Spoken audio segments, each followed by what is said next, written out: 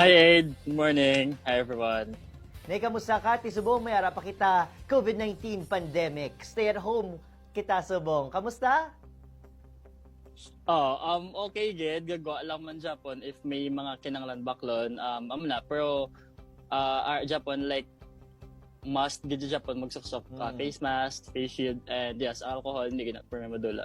It seems to me nga Filipino, Korean, or Chinese Filipino. Ano man gin ang lahi mo, Nico? Actually, pure Filipino ko, Aid.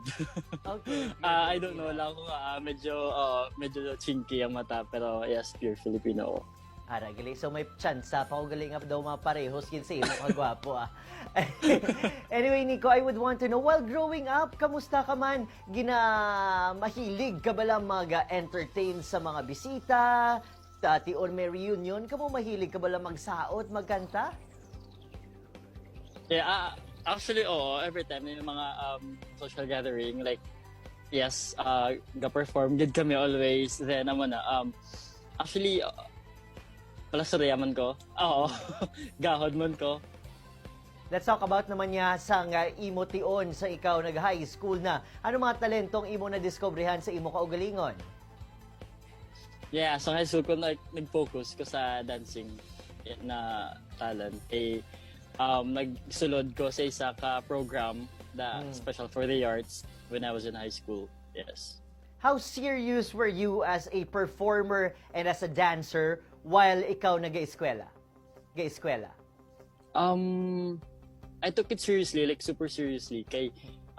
Since high school, nag-start na ako mag-dance. Nagsulod ko sa special program in the arts. Then, sa nag-college ko, still nagsulod ko Japon sa institutional dance company sa Ngalasan. This time around, nanging isa ka naka-social media influencer. Let's talk about your content. Ano ginapang obra mo lately?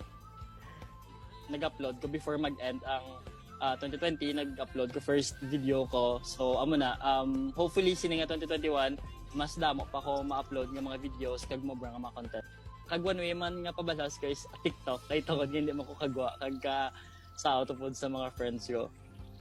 Idol kanila, idol ng bayan in terms of your visual na namian sila. Kay ti, syempre, the very Korean novela, very BTS ang itsura. How do you feel about it?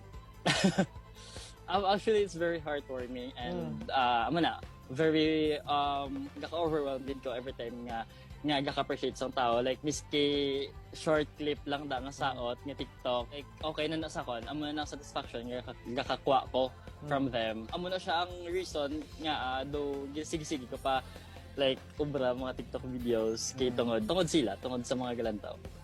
Nico, ang balgan nila, with great powers comes great responsibility. Paano mo naman niya ginasiguro nga mangin isa ka responsable nga influencer given nga pati mga pamatanon no nagasunod kag nagatutukid sa imo sini nga journey?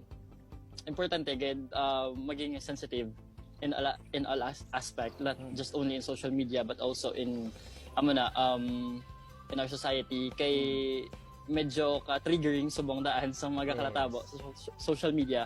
Dasag ma-trigger ang mga tao, so kabudlay man siguro amo lang gina be sensitive and respect each other.